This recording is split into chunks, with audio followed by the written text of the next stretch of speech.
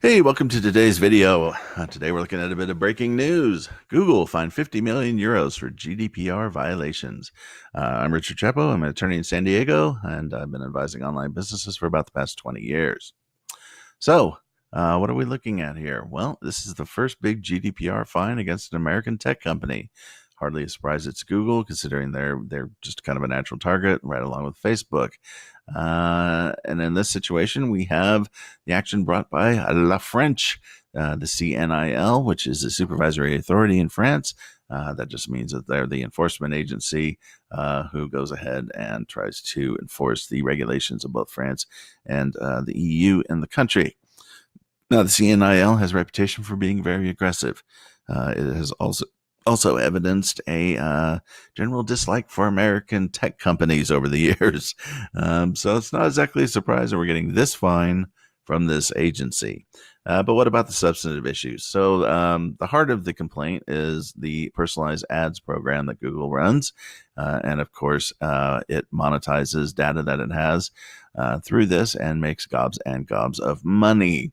So the complaint was filed in May 2018 by two nonprofit groups who alleged a number of different things, and the CNIL found that a number of these allegations were valid and thus issued the fine.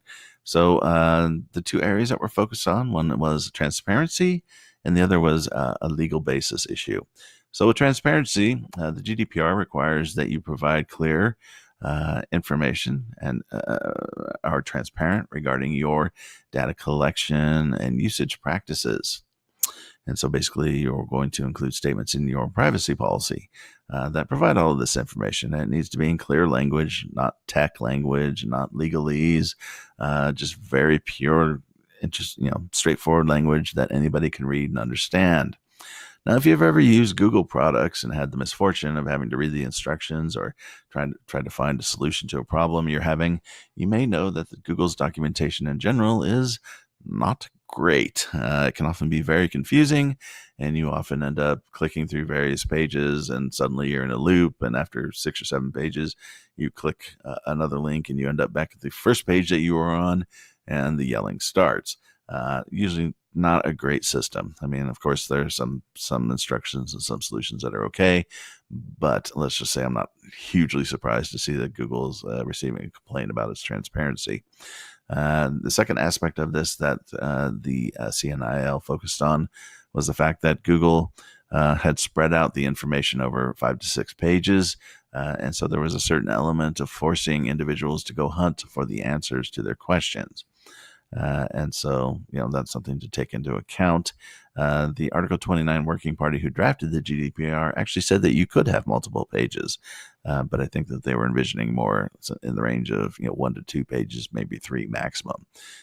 And so the lesson from this, of course, is you want to review your privacy policy, make sure that it's transparent and clear, maybe have somebody read it who's not affiliated with your company and is not a lawyer.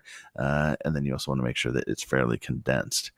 Now, the second issue that came up was legal basis. So under the GDPR, you have to have a legal basis to collect personal information from individuals in the EU. There are 6 forms or 6 types, if you will. The most commonly used is consent, and that was what was used in this situation. Now, consent is pretty much what it sounds like. You're asking the user for consent to collect their data and to use it in particular manners, and you do this through typically a form, and you have to list the usage, the intended uses on a granular level. What that means is you have to list each one, and then the person has to consent to each one. You can't just do like a group consent. And in this situation, Google did that.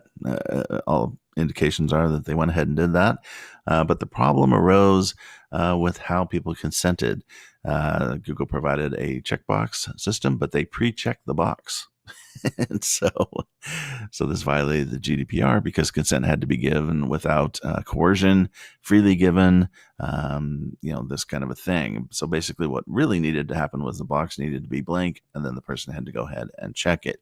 So you'll see cookie pop-ups now online all the time asking you for consent, and you'll see that sometimes they provide a button, but other times they'll actually be different boxes that you can check, and those boxes are not pre-filled.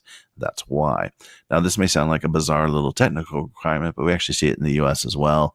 You've probably been on sites where maybe you joined a membership or maybe you made a purchase and you're asked to check a box agreeing to the terms and conditions and privacy policy. And US courts have held that if that box is pre-checked, then it's not a valid consent.